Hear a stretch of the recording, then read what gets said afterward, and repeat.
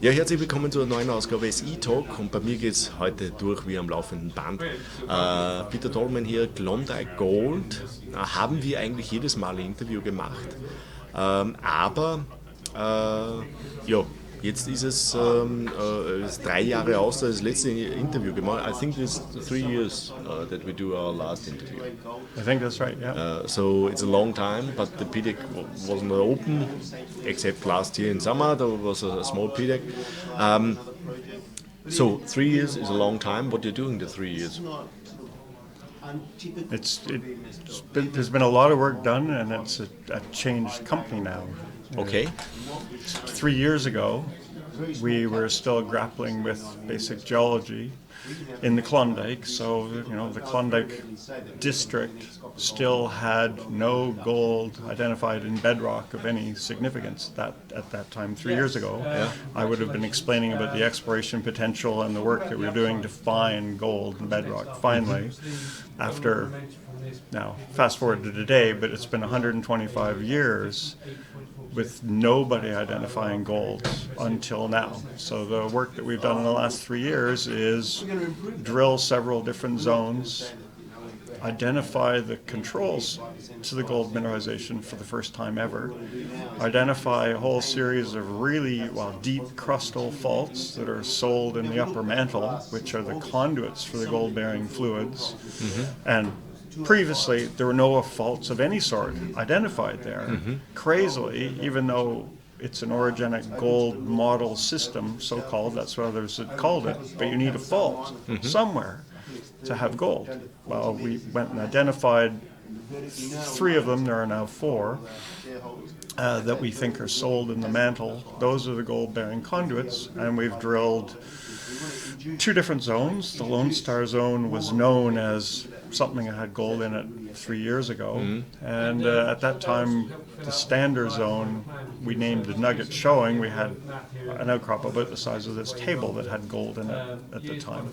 So 3 years of drilling led to finally an announcement in November of 2022, so 3 months ago now.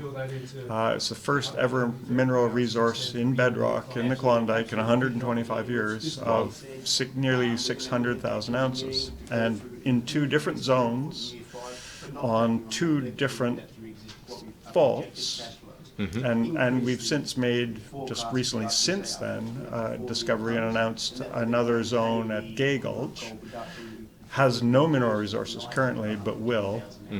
And we found an outcrop there that ran over 4,000 grams gold, 1,000 grams silver in outcrop. So whatever, 140 ounces of gold, 40 some odd ounces of silver. And that we now know there are 2 different styles of mineralization. The ones that we've been drilling, what I would call sheeted veins, they're basically 5 or 10 centimeter thick stacked veins that occur over between 10 and 30 to 50 meters thick as a package. And they all, if you drill them globally, they're run anywhere from half a gram over that big width to 2 to 3 grams at surface for where we're working. But then these high-grade veins are orthogonal to them, so 90 degrees, and they're screaming high, in all cases, 1,000 grams plus. Okay. And nobody's ever identified those before, ever, in 125 years, and there's a bunch of targets. So you asked the question, what have I done in 3 years? Well, as a team, we've done a lot besides that from a geoscience perspective, which I can talk about in a minute, but fundamentally, there's gold in the bedrock, we've proved it, and we think there's a lot more that we can discover soon. The Klondike is very well known as a gold, from the Goldrush and so on. Yes. So and also from some TV stations. Oh my, yes, that's right. So I was on that, yes. So, and it looks like for us there's a big district. It's a long way. So how big you are in this Klondike? What you control from this whole area? All of it. Not That's a good. The Klondike District as it's known historically, has produced 20 million ounces of gold from creek gravels you can pan. They're still mining, there's 30 to 40,000 ounces per year still being produced from creeks. One of the science things that we've done is look at the Klondike, and it was considered to be so 160 million years of age, without getting into a whole pile of details. So 160 million years old. If you look at the world at 160 million years ago, there's no gold in it. And that was one of the concepts that had been talked about previously. It's like, all the gold in the Klondike has been eroded away. There's none left. So really, why would anyone come and explore there? So when I took that on, really, first thing I had to do beginning 8 years ago was disprove that. And I thought it was obvious that it could not be that. Since then, we've had a bunch of science work done, both from Canadian and American universities and science institutions. We're publishing some here today, or at the PDAC. There's three scientific releases on 3 different aspects of it available now to look at. What we've shown is the gold is probably around 100 to 90 million years old, and when you put that on the map of the world at that time, it puts the Klondike on the same plate boundary as the California Mother Lode, Klondike, and the Kolyma gold belt in Russia. At the same time, and so they're in the same weathering environment, and all 3 of those have huge placer endowments. The gold has been weathered out and sits at the surface. That's because there was a weathering environment at that time that created those placer fields. In California, there's 40 million ounces of placer and 200 million ounces, a little less than that, or 250 million ounces of gold in bedrock deposits. In Kolyma, Russia, there's 200 million ounces of placer and 450 million ounces of bedrock gold. In each of those 3 cases, California was 1848, 1896, and 1948. Those 3 discoveries financed those respective countries, US, Canada, and Russia. The one that's weird is the Klondike. 20 million ounces of gold and 0 underneath it, where what we look comparatively, we're missing 50 million ounces. Okay. So you ask, what do we own of it? We just announced another acquisition here in the last month or 3 weeks. It's the last piece of the puzzle. The Klondike covers about 750 square kilometers of area, and we own 727 square kilometers of it. We own the entire district from one end to the other. So all the gold that's been mined from the creeks for the last 125 years is within our property. Okay. So what do you plan now, or what are the plans now for this year? Like I said, we identified the first ever mineral resource. And 95% of the gold, first off, all of that is in a pit-constrained resource, which means we had to model economics to say, sure, and we put the economics around the gold to say, yes, this is economic to extract, and it's all within 50 meters, from surface to 50 meters vertical, that's it. 95% of it comes from the Lone Star Zone, which is the lowest grade. It's our worst zone, but it was the first one we found, so it has the most information. It's the average grade of that is 0.65 grams. It's all right, but it's really whatever, too low. Standard zone, 5% of our gold comes from that, and we only created 2 little pits, and there's a half a kilometer in between that. I'll get to that in a second. So the 2 little pits, they average 1.2 to 1.25 grams per ton. They're double. Basically, it's twice as good as the Lone Star Zone. But you need more drilling that you can. So we're not really.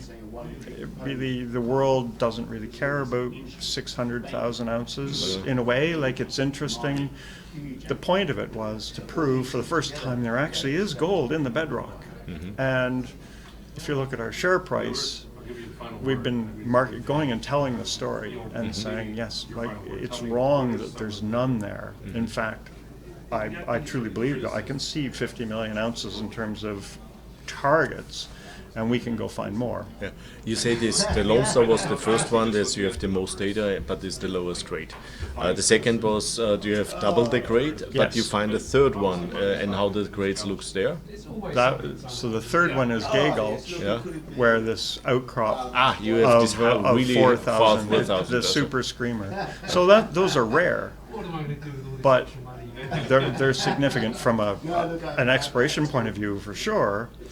And as it turns out, we have that kind of structure in each of our resources now. And so and we're looking now, for the first time, we have a geochemical signature, and from the research done on thin sections and scanning electron microscopy, we can see the mineralization, and part of that identified unique minerals. So there's a silver telluride in that, so tellurium is there, and also silver sulfur salts. And significance of both of those, the silver sulfur salts weather readily into the soil.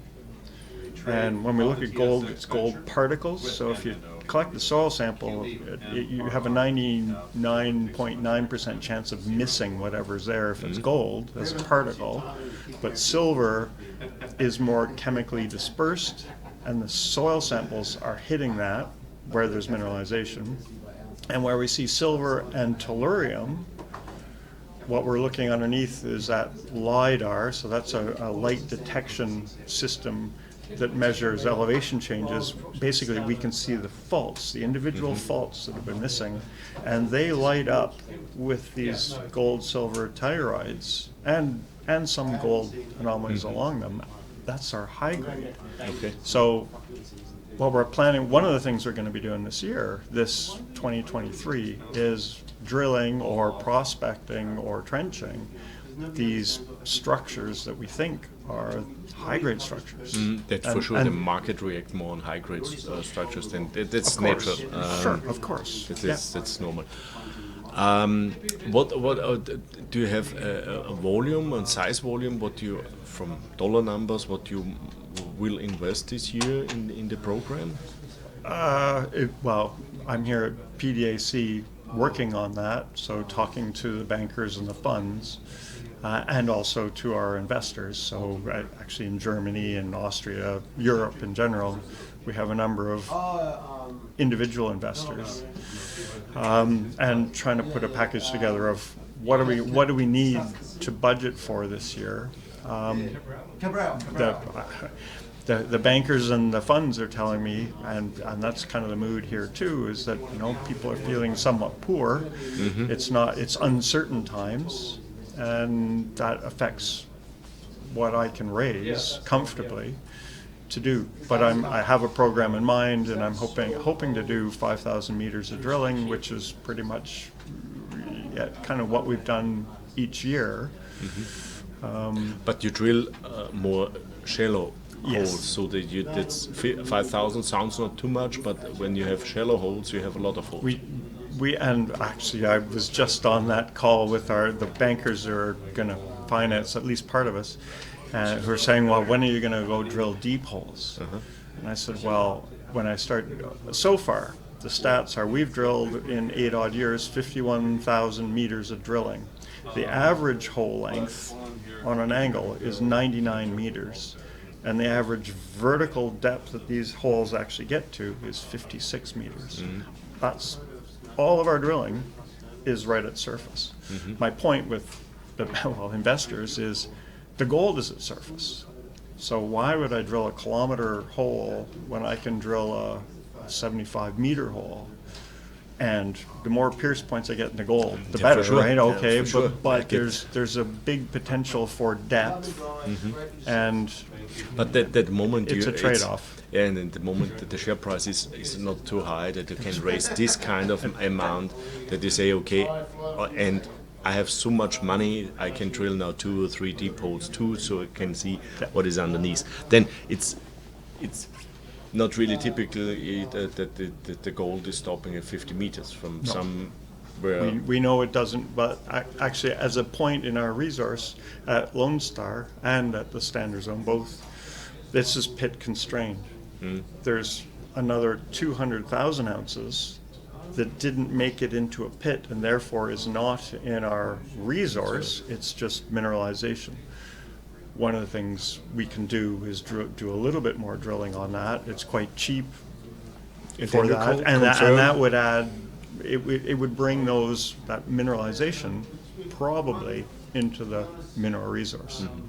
So it's a simple, for investors, my plan is, just from a simple perspective, to take the resource that we have and double it, and then double it again. And so at 2 million ounces as a resource target, then we're globally relevant, at least to some degree. And that's been a threshold in the Yukon in general for when you're starting to attract the attention of majors. How many shares you have at the moment outstanding? 150 million. So, and your share price is around? Today, 15 cents. 15 million. So this means 22 million Canadian around? 20, just over 20. 20. Peter, thank you for your time. Good introduction, like always, and very interesting. So it looks like that you find, or you have now the technical, logical understanding of the Klondike, and that is the difference to before. It's a vast difference. Ja. Yes. Ja, das war Klondike Gold. Was hat sich in die 3 Jahre getan seit unserem letzten Interview? Er weiß jetzt, wie der Klondike eigentlich entstanden ist. Das war immer das Interessante. Keiner hat gewusst, wie der Klondike eigentlich entstanden ist. Haben immer nur geglaubt, das ist oberflächliche Blasen quasi, die man mit einer Dredge oder sonst irgendwas raussiebt, sozusagen ganz oberflächlich. Und man hat das im Grundgestein nicht gefunden, das Gold. Und weil irgendwo muss ja das Gold herkommen. Und das hat er jetzt eigentlich, den Code hat er geknackt. Und sie haben jetzt Strukturen festgestellt, woher das kommt, wer sind die Kontrollstrukturen, wie läuft es ungefähr. Und deswegen ist es jetzt viel einfacher. Can we say this is now it's also easier to drill, then now you understand better where the source comes? Easier. It is more likely that we're going to hit something than not understanding precisely where the gold is, or even we now know which way it dips. So I've drilled many holes close enough, but they're parallel to the mineralization. Well, now we know it goes this way, so we don't have to do that again. Our hit rate will be higher. Ja, okay. Also sie tun sich jetzt auch viel leichter, dass sie das Gold finden, weil sie jetzt einfach ein Grundverständnis haben, wie die Struktur läuft. Und das hat es eigentlich noch nie gegeben in dieser ganz langen Geschichte. Der Klondike ist ja weltbekannt dafür, Goldrausch quasi auch gewesen. Es gibt Serien darüber, wo sie auch in TV-Serien dementsprechend die am Klondike abarbeiten. Er kontrolliert im Prinzip den ganzen Distrikt, über 700 Quadratkilometer. Und das ist natürlich schon eine Packung. Was trotzdem fehlt, ist immer wieder das Geld, damit man das auch alles ausbohren kann. Das heißt, er kann nur so weit gehen, wie weit eben auch das Geld reicht. Und er plant heuer ungefähr 5.000 Bohrmeter, der muss jetzt die Finanzierung dazu aufstellen. Und das wird reichen. Sie haben jetzt eine Ressource von ungefähr 600.000. Er will im nächsten Jahr dieses verdoppeln und er will es dann danach bei der nächsten Ressourcenschätzung wieder verdoppeln. Und dann ist man irgendwo mal bei 2 Millionen, dann wird man einfach global relevant. Und wenn der Aktienkurs dementsprechend auch läuft, dann wird er natürlich auch mehr Geld raisen können und dann geht das natürlich dementsprechend schneller. Wir wissen, das Ganze dauert seine Zeit und geht halt seinen Werdegang, und ohne diesen Werdegang nicht geht, kann es eigentlich so ein Goldprojekt nicht vorschreiten. Ich weiß, das ist teilweise frustrierend, dass es nicht schneller geht, aber es ist halt einfach so. Und das Wichtigste ist, sie verstehen jetzt einfach, wie das läuft und können dadurch erst viel, viel schneller und viel, viel besser auch abarbeiten. Ne? Geht schon fast nichts mehr. So, das war's von meiner Seite. Das war Klondike Gold PDAC 2023. Tschüss und Baba. Pfiat euch. Thank you. Thank you. Thank you very much.